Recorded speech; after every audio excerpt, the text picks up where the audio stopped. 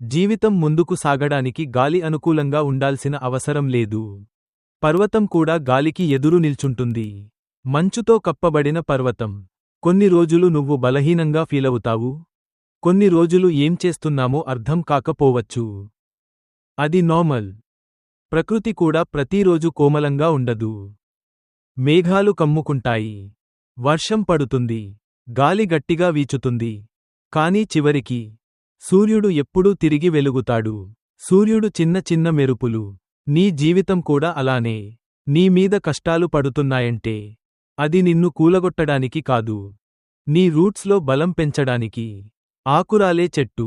ఎవరైనా డౌట్ చేస్తే పర్వాలేదు. ఎవరైనా ఇగ్నోర్ చేసినా పర్వాలేదు.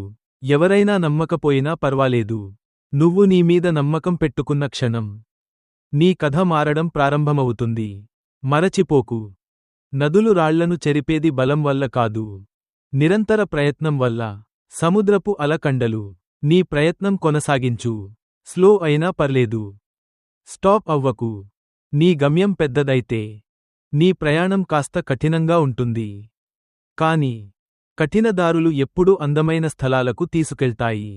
పర్వతాల మీదుగా ఉదయిస్తున్న సూర్యుడు. ఎగరాలి అనుకుంటున్నావా? అయితే భయం అనే భారాన్ని నేలపై వదిలేయి. నీ రెక్కలు తేలికగా ఉన్నప్పుడు మాత్రమే నువ్వు ఆకాశం తాకగలవు. పావురం చిన్న చిన్న మెరుపులు. ఇప్పుడు నీకు ఒక్క మాట. రైజ్. స్లోగా రైజ్ అవ్వు. కానీ రైజ్ అవ్వడం ఆపకు. ప్రకృతి నీకు తోడుంది. నువ్వు నీకు తోడై ఆగిపోకు. మూలిక నిప్పు.